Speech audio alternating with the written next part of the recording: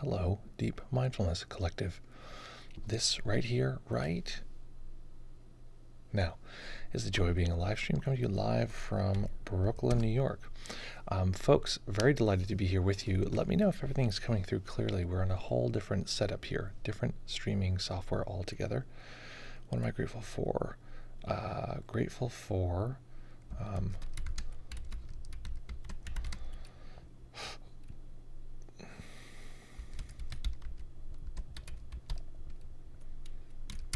this complex and strange body. What a funny and interesting experience to be able to have this body moving, flowing, dancing through this whole process at any given point.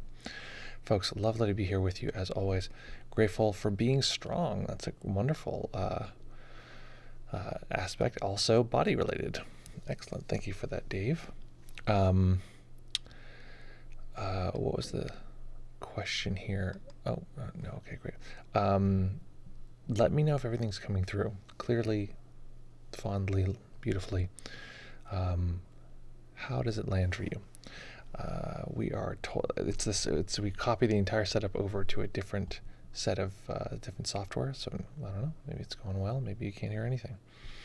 And yeah, these are the breaks. Perfect. Everything's coming well. We'll see how that unfolds for the rest of the stream. We'll see about that. Okay, folks, hit me with where are you at? What are you grateful for? And then we'll go from there. And someone is calling me right as the stream begins here. I cannot answer this phone. I'm sorry. Sorry about that. Cannot answer. Okay, good. Okay, let's turn this phone way off. Okay, excellent. Folks, hit me with where are you at, what are you grateful for, and then we'll begin meditating any minute. We're going to be meditating today on life practice, which some of you might already know, some of you might not, and our visual mind, just our vision in general. I've seen people try to deconstruct this argument or to refute this argument. And I thought it was interesting because it just shows like there's a whole meme related, but I've heard science nerds saying, giving a reason why the argument that the human eye, this is hard to explain. Apparently at some point someone was arguing that the complexity of the human eye was proof that it couldn't have been created by evolution. And then I've heard scientists saying, no, this is exactly how it was created by evolution. So today we're going to be diving into the experiential nature of the eye and how that relates to not so much evolution as the fact that it is alive. We are alive. We are experiencing life itself in this particular moment. So folks, anyone else here want to hit me with where are you at, what are you grateful for? And then we'll go from there. Aaron in Indiana, grateful for Charles Darwin. Excellent. Me too. Love me some Darwin. And what else? Oh, I want to ask, this is a totally unrelated topic. I want to ask my friend who's a nerd, science nerd, has anyone created a corollary map? Oh, welcome, Softly Blossoming. Welcome to the stream. If you don't know, we have a lovely way of welcoming folks here, which if anyone has been here for any amount of time, you know that we do. In this new setup, it is very different than what it was before. Okay, there we go. Okay, now I see. Okay, welcome here, Softly Blossoming. Great to have you here. We have a nice way of welcoming you. Oh, I wonder if this will work on the new setup. Let's see. Let's find out right now. It doesn't work. Okay, we've got to switch that. Okay, we usually have them floating, completely filling our entire screen here. So all those little hearts you see there would be floating and bouncing around in that way. So welcome. Either way, welcome. Great to see you here, Softly Blossoming. And that's one thing we realize we have to fix is the chat. I see. I know why that happened. Okay, good to know. Good to know. Carl Hans, wow. You look different without the beard. That is true. Karl-Heinz, is this your first time here? Karl-Heinz, we have a way of welcoming you that isn't working at this moment, but you will see that lots of people will spam you in the chat with lots of little emojis because we do greatly appreciate you being here. I've got to fix that. Okay, there's a few things that are a little bit little things on the way. I'm tempted to fix that right now, but I'm not going to fix it right now. I'm going to fix that later on. Let's see.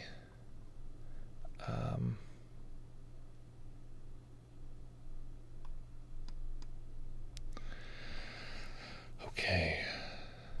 Let's see here. Let's jump in. Okay, folks, we're going to meditate here for 25 minutes. So I'm going to recommend just coming back. Welcome back. Let us... Ooh, okay. There we go. Let us meditate for 25 minutes. If you think that's way too long, you'll never survive. Don't worry. You'll be fine. What I would recommend, though, is to decide now how long you're going to stay. If you can only stay for part, fine. But if you can stay for more, just planning that now so you don't bail halfway. And we're going to begin meditating in a moment. Hopefully our meditation timer will still work. Okay, folks, let us begin. We're going to begin when, let's begin when Karl Hans is ready. Karl Hans, when you're ready to start meditating, that's when we're going to start. Everybody get in your posture. Find your knees lower than your hips. Sitting high enough that you can... Yeah, you. Okay. Whenever you're ready, we'll begin.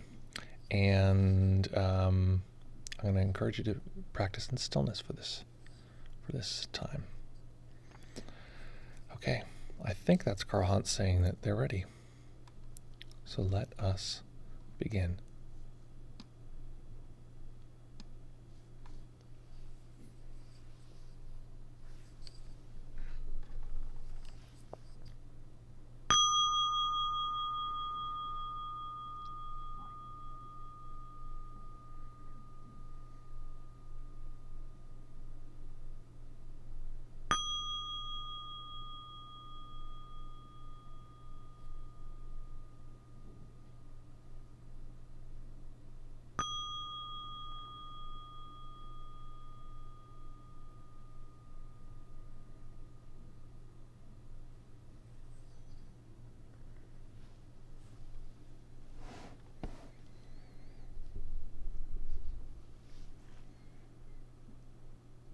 Beginning by taking a few comfortable deep breaths and just feeling the body rise and fall.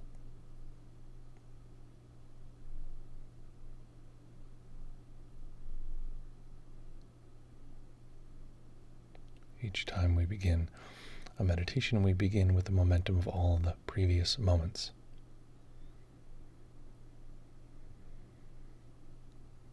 This is the law of cause and effect. So we don't know what caused this particular arrangement of sensations, of thoughts, emotions, but we do know what their effect is. We know what all of these different effects are resulting in. It's this particular moment. So paying very close attention to the kind of mind we're arriving with and adjusting.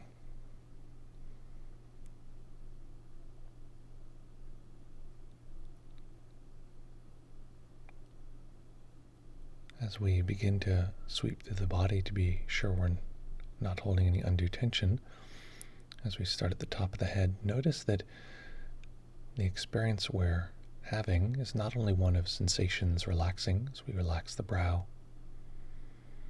relax the muscles behind the eyes.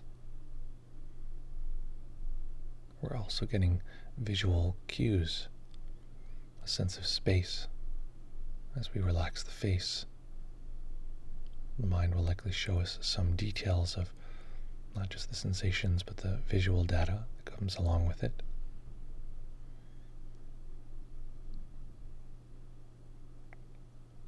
Noticing that our sense of our face is placed as though it were right in front of us. And as we relax the jaw and the muscles in the back of the tongue, letting the jaw go slack, noticing the jaw tends to seem as though it were slightly below.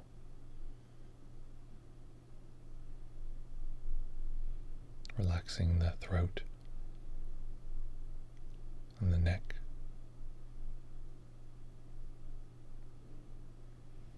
As you relax the shoulders, the arms,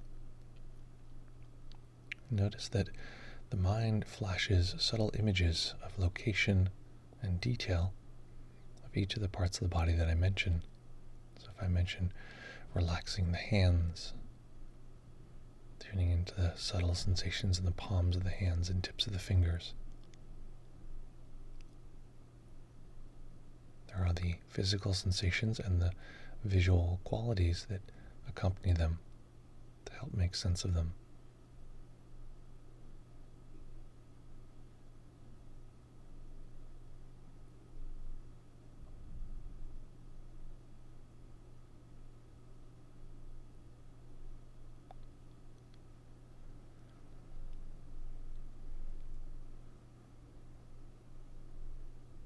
Relaxing the upper chest and upper back, letting go of any attempt to control the breathing, just letting the body breathe as it will.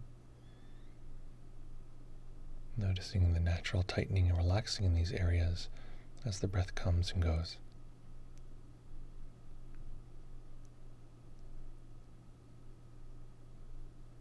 Relaxing the belly and the lower back.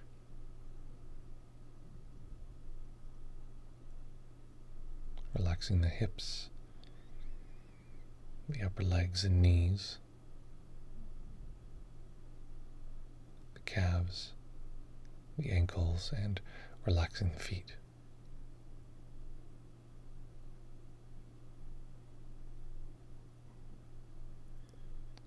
And then relaxing the entire body all together as one collective.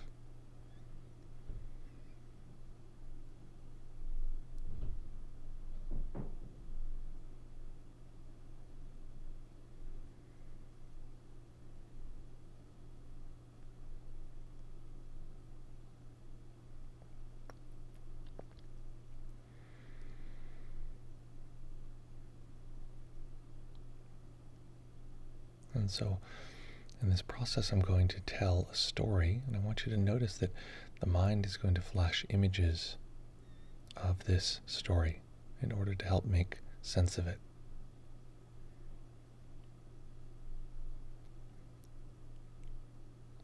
So there was a time, billions of years ago, at the floor of the ocean, in the place where the heat from the molten core of the earth met with the oxygen-rich water.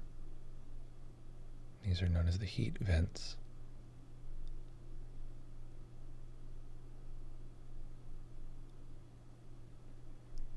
We have to recall there was a period before there was anything like what we would call life.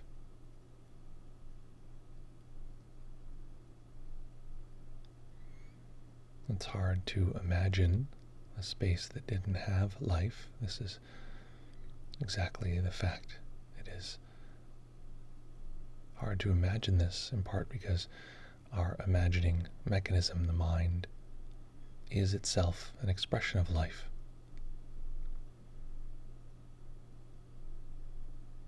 So for a moment, simply imagining a time when there's nothing, no amoeba, no protozoa, nothing but raw elements. And somehow, some strange combination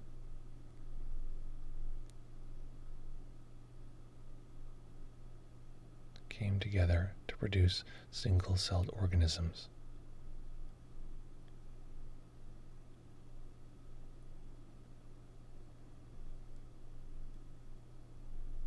for a very long time, that's all there was. Just many of these single-celled organisms. But notice that as we tell this story, this force of life coming from such a strange, nearly impossible, humble background, notice how tenacious and creative it is.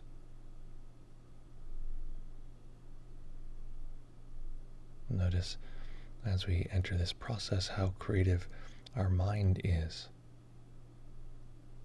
showing us pictures, a sense of the story.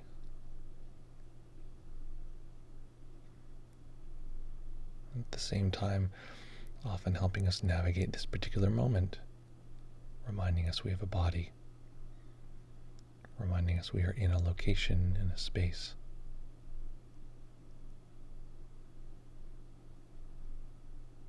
And then once more allowing ourselves to be absorbed in these single-celled beings who, through the magic of this tenacity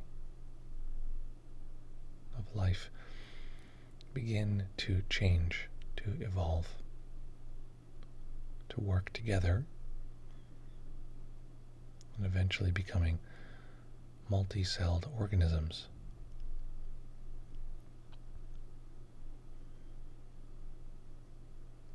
And these organisms develop through countless iterations, through countless experiences with death. Less well-designed versions of these multi-celled organisms die off in the millions, perhaps trillions, and only a few survive.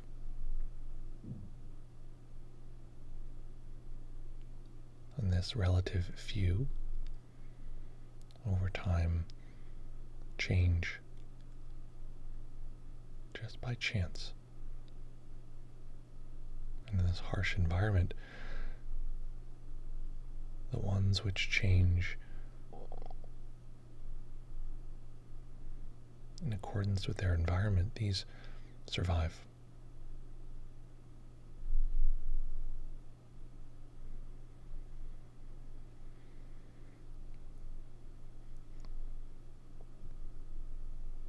Eventually, after countless iterations, they become what we might refer to today as amoeba.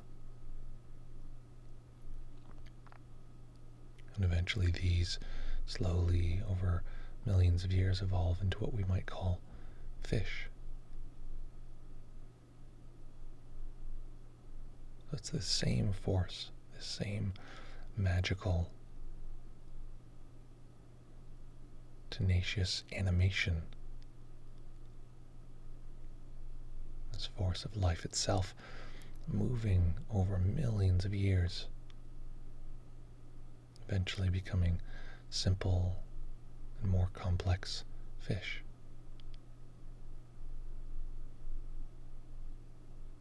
And this tenacious force of life eventually begins to seek food sources at the edge of the water.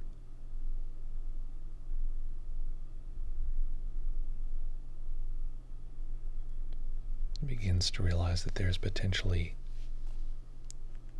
food to be found outside of the water.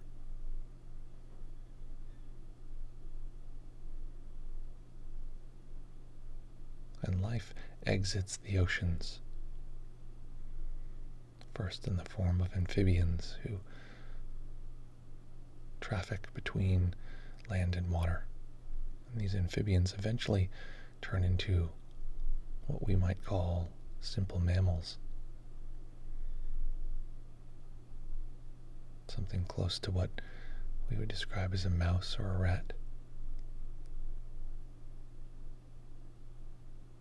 And this force moving, changing, undulating through these beings over millions of years transform into simple primates.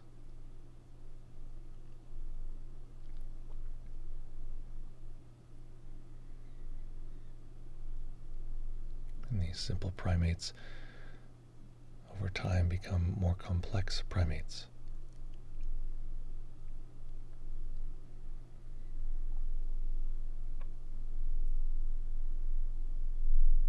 So notice to even track, to even detect what I'm describing, the mind needs to imagine. We don't even need to effort.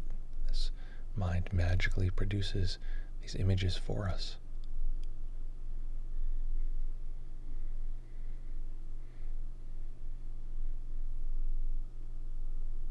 As I describe these more complex primates, over time slowly transitioning into what we might refer to today as a kind of human body.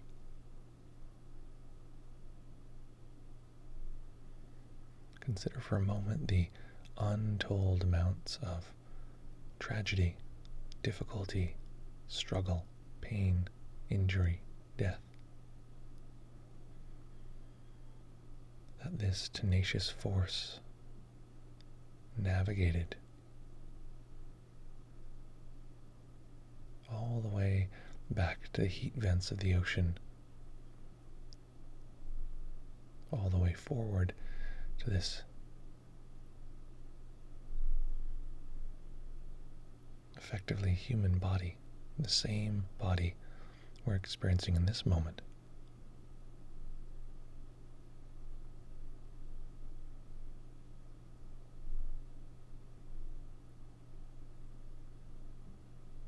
Appreciating the tenacity and the power of this force. Impossible.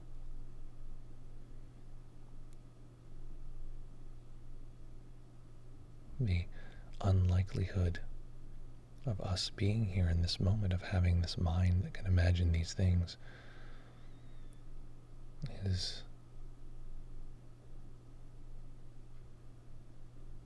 the only word that comes to mind is seemingly impossible. Awe-inspiringly impossible.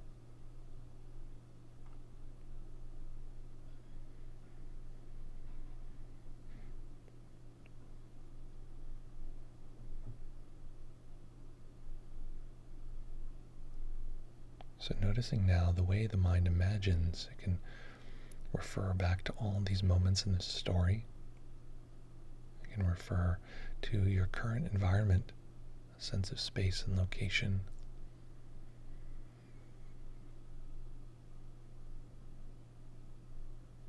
This is the mind creating time, memory. And the mind can also plan for the future. It can think about what will happen in 60 seconds, or a year, or 1,000 years.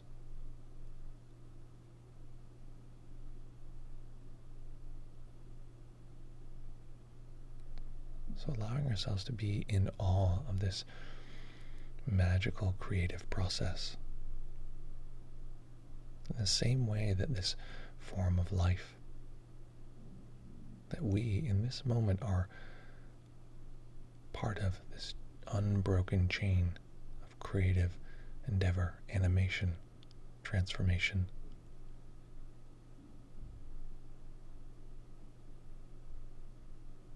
This mind is one of the most unbelievable of all of those creations. Not only can it function, can it do tasks the way the body can, but it can imagine tasks that have never been done before.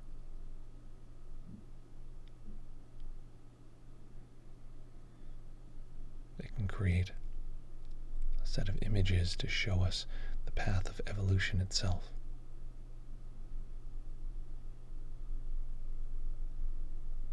Allow ourselves to be in awe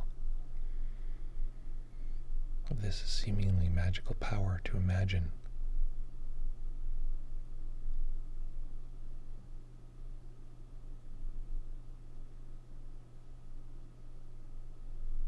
And draw your attention to your physical eyes. If you're practicing with the eyes closed, you can squinch the eyes a couple times to notice the difference of dark and light, so you know that you're seeing.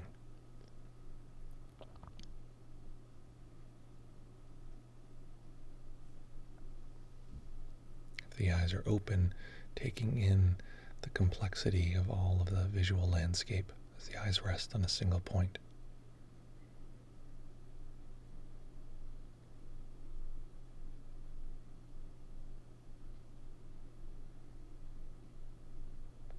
Noticing that the seeing experience, how deeply rich it is and how deeply bonded it is with our mental seeing experience.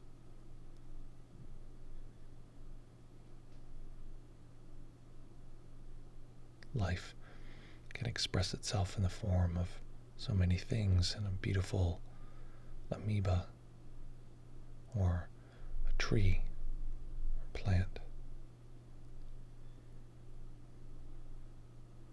in the form of a beautiful tropical bird doing a complex dance.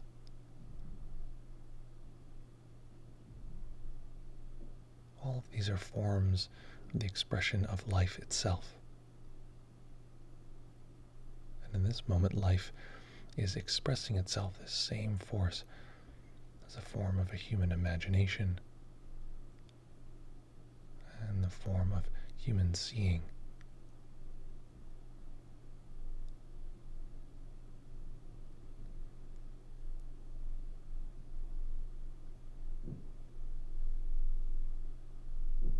Taking a moment to use this imagining to recognize the stunning complexity of the eye itself, the mechanics that make it possible for this body to read the reflected energy coming off of objects, to interpret that energy in the form of colors and shapes,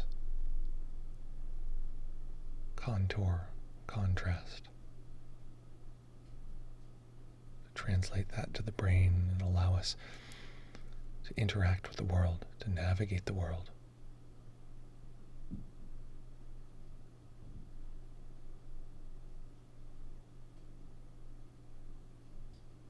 What does life look like?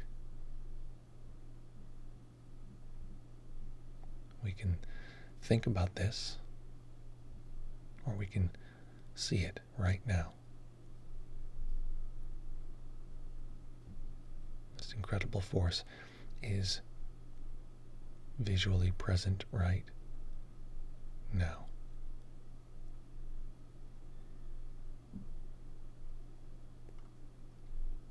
If this literally cosmic force of life itself could express its animation, its way of being in the form of seeing, what would that look like?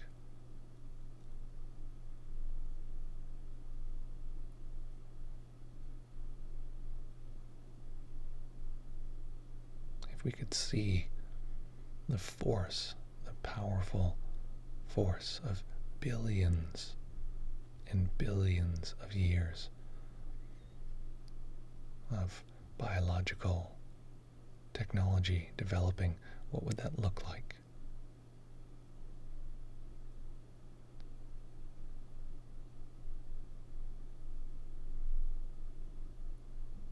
Allowing ourselves to be in awe.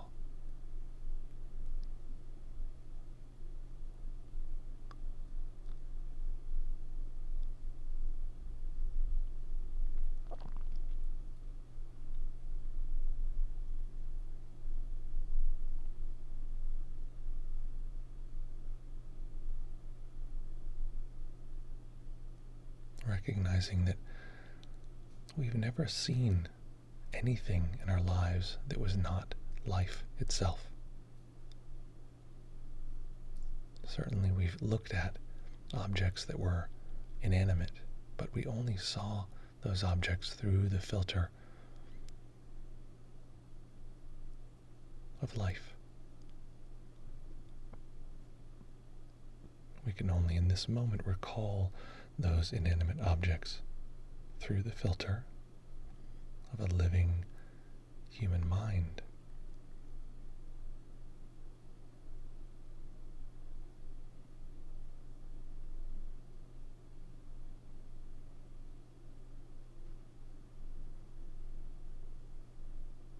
What does it look like to be alive? As far as we know, the day will come when we will no longer be alive. We'll no longer have this experience.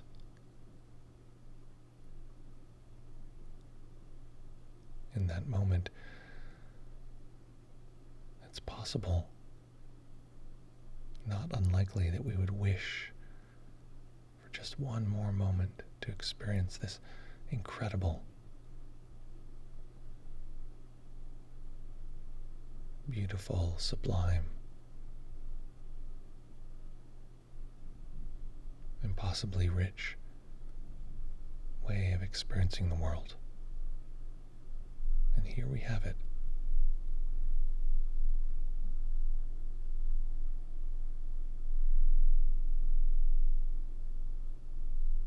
Luxurious, rich,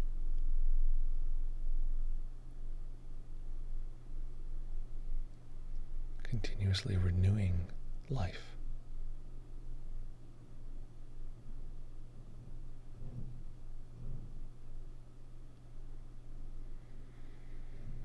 Staying with the practice, staying in stillness. If the eyes are closed, allowing the eyes to slowly open, eventually letting them rest on a single point.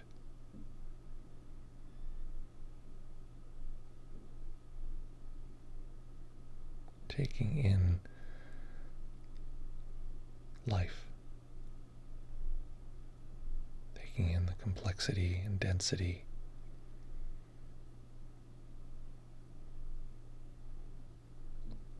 of this force that is billions and billions of years old.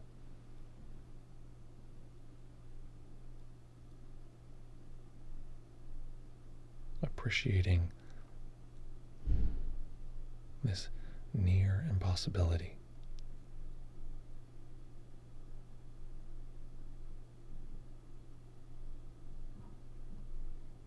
And in that way, allowing this particular moment to be the great teacher.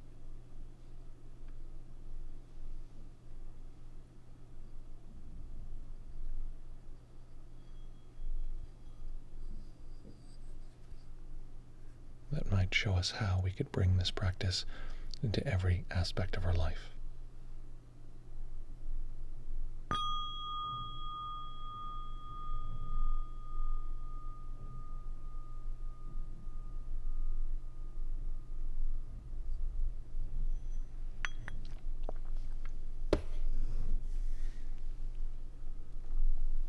Okay.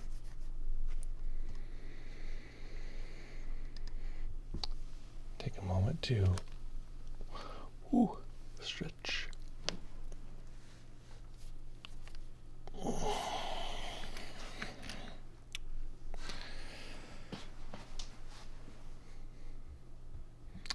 What happened? What was that like? And what do you like now? Lovely. Thank you, Softly Blossoming. That is what I call life practice. If you don't already know this, that practice is the reason this live stream is called The Joy of Being a Live Stream. That was a practice that's really heavy into when we created the live stream. I still love quite a bit. I'm not going to lie. It's hard to focus on for the whole 30 minutes. Well, listen, the good news is it wasn't 30 minutes. You're new here. That is not a problem. Oh, Carl Hans. Oh, wait, I thought Carl Hans, you were saying you had been here before in the past. You had been here. Anyway, the point is, don't sweat it. That's normal. In fact, it's likely that everyone had that experience, including myself. There's moments when I drifted away a little bit and then came back. Totally expected. Not a problem. Beep, beep, beep, beep, beep. Let's see, fascinating. I've never heard of life practice. Yep, it's something that as far as I know, I made up. I love the story, right? It's a lovely story to hear. Okay, folks, let's see if with this new thing, all my old commands are still here. I'm pretty sure they are because they're not. Yeah, great. So this is how we, if you want to jump into the Discord and chat, often, oh, I realize I don't think the sound from the Discord is coming into the computer correctly, so maybe we should skip Discord today. Okay, let's skip Discord today, and we'll go from there. But hit me in the chat with what happened, what do you like, what happened, what it was like, and what you're like now. And let's see here for the Rave 420 says,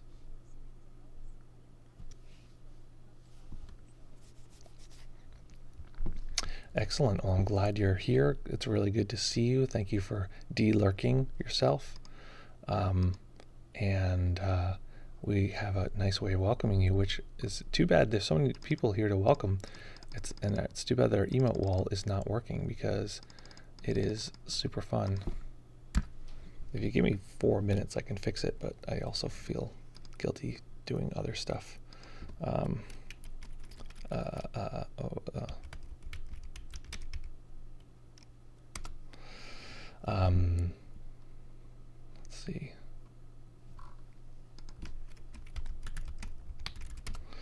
Let's see. Let's see. Okay.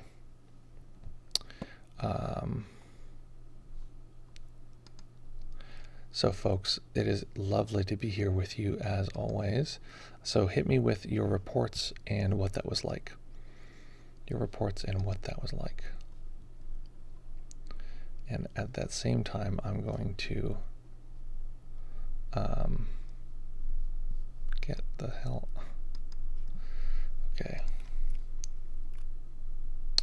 Where on earth is this? Nope. Here we go.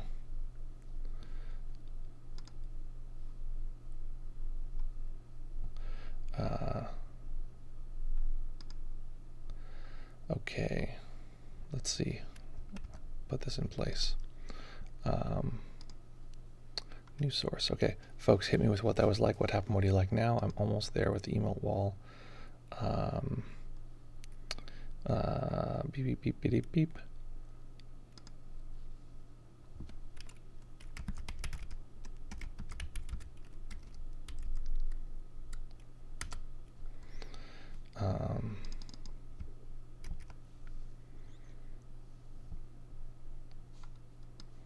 And let's see. No, I want it to be bigger than that. Okay, great. We're almost there. Oh, I understand. Oh, I get it. Okay. Width is going to be...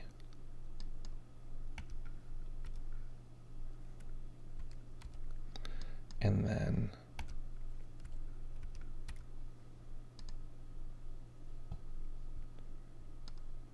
see if that works.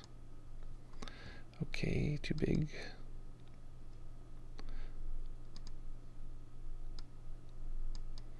Oh, here we go. Here we go. Almost there, people. Bear with me. Bear with me. Oh, no.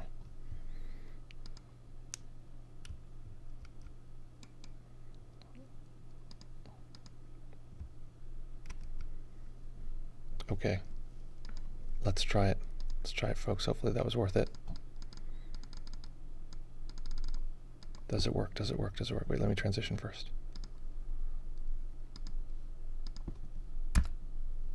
Yes. Okay. All right, folks. We're now on board. We have there's a bunch of people who we're welcoming here. I'm going to go back and say their names and welcome those folks. Hit them with those emotes. Going backwards in time here. There's Carl Holtz. There is our new friend Softly Blossoming. There is someone else here. Here for the Rave 420. That's a great internet name. That is a perfect internet name. And we appreciate you all very much.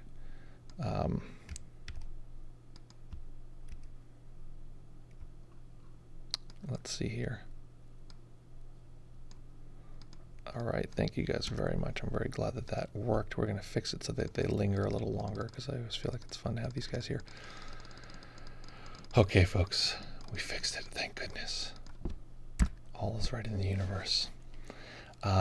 Excellent, folks. Okay, so beep, beep, beep, beep. Let's go back. People wrote some stuff.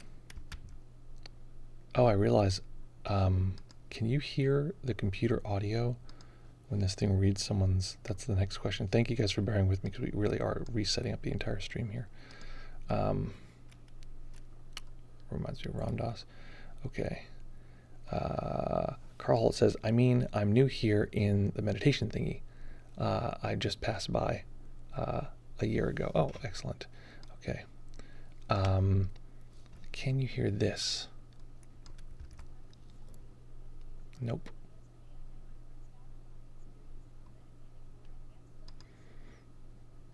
Okay, so Here for the Rave says, I'm decently new to meditation, but yesterday I had my first out-of-body experience while meditating. It was so powerful. That's awesome. I'm glad to hear that. That's not an uncommon thing that people experience in meditation, so enjoy it. You can have more of them if you want. Don't take it too seriously. It is just another phenomena just to watch. Okay, there's a sense of space. It sort of breaks down the sense of solidity. Not a problem. All good. Good times for all. If I could fix this audio thing, then you could hear what other people are saying. Properties. I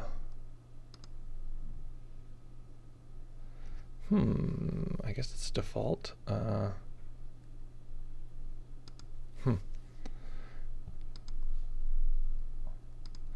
guess it's somehow it's not playing system audio. It's not playing the audio from the computer. Okay. Softly Blossoming says, I enjoyed allowing my eye to become limitless as I navigated around limiting beliefs that arose to my attention that were preventing me from feeling out the magic of living. The awe. I still feel in touch with the awe. I still feel in touch with the awe. I was reading that as I was listening to it. Fifth Vihara lol. Yeah, so really allowing that awe to be there is a really powerful way to drive the practice forward, being excited by the practice, being interested in awe of existing. Being in awe of existing is, for me, one of the definitive aspects of awakening. It is one of the things that defines what the awakening experience is like, and you can just cultivate those skills, being in awe, coming back to it over and over and over and over again. Here for the Rave says, your guiding skills are amazing. Well, thank you. One day I'll be just as fluid, lol. Well, listen, I'll tell you my secret. I basically set myself up, as you're seeing right now, to have to guide over and over and over and over and over and over and over, day after day after day after day, year after year, over and over again. And that is, the skill just sort of develops over time. There's also something about, I know this is seems like a dumb thing if you want to get good at guiding, get a good microphone and a good preamp and good headphones and listen to yourself while you're guiding. I can hear myself pretty loud as I'm guiding. In fact, I usually turn it down once the thing is over, but it's like I can hear everything, so I pay much more attention to the sound of my voice. Thank you so much. We can't hear that. The robot voice does work. Could you hear the robot voice? It's so loud, but it's okay. Oh no, you could hear the voice. I couldn't see the voice on my meter. You could hear the robot voice? Okay. Aaron says, I enjoyed the life practice. It's something I like to think about anyway, but doing it in a meditative state brought me interesting visual imagery. Excellent. Great job. Could folks hear the robot voice? Because it was not showing up on the monitor. Damn. Okay, well, I'm not sure what to do about that then. Well, okay. Naz, will you make a note? That's a question for Tamalan. The OBS is playing the audio, but it's not showing up in the meter, so I can't figure out how loud it is or anything. So, yeah, I don't know how to adjust the volume when it doesn't show up in the meters. Okay, Amuse Dave says, could you describe your moment-by-moment experience, Janusz? Okay, I've asked Shinzen to do this before, and I've been like, Shinzen, describe your current moment phenomenological experience. And he's like, oh, sometimes there's seeing, and seeing is any visual activation or mental seeing, memory, planning, fantasy. And he just goes through and describes see, hear, feel. And I'm like, no. Live, can you explain and describe your sense experience? And I'm always surprised how hard this is for many teachers to do. And because of that, I think I totally can. So as I'm speaking right now, I can see that there's some part of me that's trying to make sense out of words. It's like a little nodule, sort of like somewhere in the back of my head. And I can feel the sort of velvety quality of the actual sound of my voice. It's sort of a feel sensation that I can feel throughout my body. I'm also noticing the visual quality of me moving on the screen because I can see myself here on the monitor. And there's this flipping back and forth between experience of what I'm experiencing in the particular moment and then a sort of metacognitive sort of view, is like seeing that self and then remembering that that's supposed to be myself, which is very weird. It's sort of a weird loop. And right now there's a sensation, a tickling in my nose, and then everything just sort of disappeared for a little bit and then came back, and there's sort of this sense of presentness again, and there's sort of a joy and delight in doing this out loud. I've thought about before having like doing an entire like talk where for like 60 minutes I just describe what's occurring to me currently, and now I am noticing the difference between a narrative concept, which I was just describing, a memory, etc., and the raw sense out of this particular moment. And I'm back to feeling the vibratory, sort of boomy, velvety quality of the experience of my voice in my body as I'm speaking. Everything blacked out again. It's a lot of repetition, but that's the general breakdown. Hopefully that is mildly interesting. Yeah, cool. I've thought about like fully doing like a full thing that was just like 60 minutes of that. I don't know how many people would want to watch that. When blacking out happens, is it cessation? That would be an argument. I'd be curious because the people define that very differently. So yes and no. I'd have to think about that. Because in a way I'd want to say no just because we have a new subscriber here for the Rave 420. Thank you so much for subscribing. Lovely as always to be here with you. Thank you for that. Very appreciated. Thank you for that, Dave, for showing that appreciation. I love that one weird little lady in there waving high among all the hearts. In one way, no, because when we're talking about cessation, we're talking about this really complete cutting out of all experiencing and then the return of that, and that being like the birth of our entire body mind. So no, but also sort of yes, because that's exactly what is happening experientially. We re-emerge out of the ether. When we talk about cessation, though, it is part of the the development of the path of awakening, and it is deeply profound. So I think that there's a level of letting go. I think what happens is if we think about there's a floor of consciousness, I drop below the floor of consciousness for a moment, but I'm not then dropping all the way down to like non-existing and coming back. I'm sort of dropping below and coming back, but it is it's the same sort of line of experiencing, just not as deep. Exalted Bro says, is it not dangerous to do stuff like drive if things are blacking out? How do you do it? Okay, so this is very interesting. Our body mind is very good at dealing with the situation at hand. Now, you do not want to be like trying to drive yourself into super deep, meditative states while driving that are not linked to the activity of driving. But Shinzen talks about how the experience of driving, which he has a lot more experience of doing meditation and driving because he lives in LA. I drive like once a month. But, you're sitting there driving and, the whole world becomes this like spatial, like pushing and pulling of like shapes and size and different things. And, the sense of inside and outside merge. And it just feels like this big monstrous flow of, sort of cosmic sensations, right? This is how it feel without being overly woo-woo. This is just the experience of what that can be like. And then it's time to change the lane, and you form back to a human, and tick tock, and you change over to the next lane, and then you're back, and then the whole thing, disintegrates again. And the mind is very good at coming together when it needs to come together. And part of the training is learning to teach the body-mind to do that dance, to dance between those two spaces comfortably and easily. And to be able to observe that is very powerful. Any other questions, comments, queries, challenges, or concerns before we slide away into the ether? I got to check my calendar today because I have.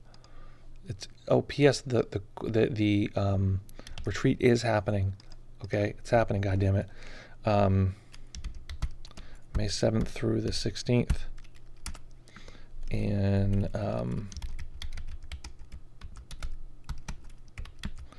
that's not how you spell Nevada. Why can't it spell check me? How do you spell Nevada? N-A-V-A-D-A, I thought. Nevada? N-E? There you go. In Nevada City, California. That's where it's going to be. Softly Blossoming says, hi, I have a question. That's a very kind way to start your question. Janusz, after stream entry, are the first 3 fetters permanently dropped, or can they still arise? So there's different models.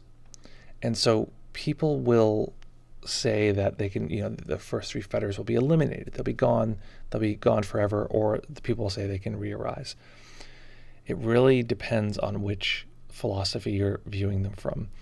From an early Buddhist perspective, yes, they're gone. That's the definition. They're gone, and therefore you know that's the stage that you're at.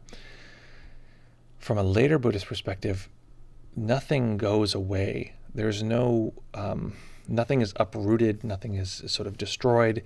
All of the experience is just the same transcendent material. So probably from that view, you would say that those, first of all, you wouldn't call them fetters, right? You would just call them more sense data, just more phenomena, more objects, right? More duality. And will those dualities be gone? No, they'll just be seen as transparent. They'll be truly seen as empty. Those are, okay, of course, those are empty. And then, you go from there. So hopefully that answers the question. It really depends on philosophically and which sort of view you come at this with.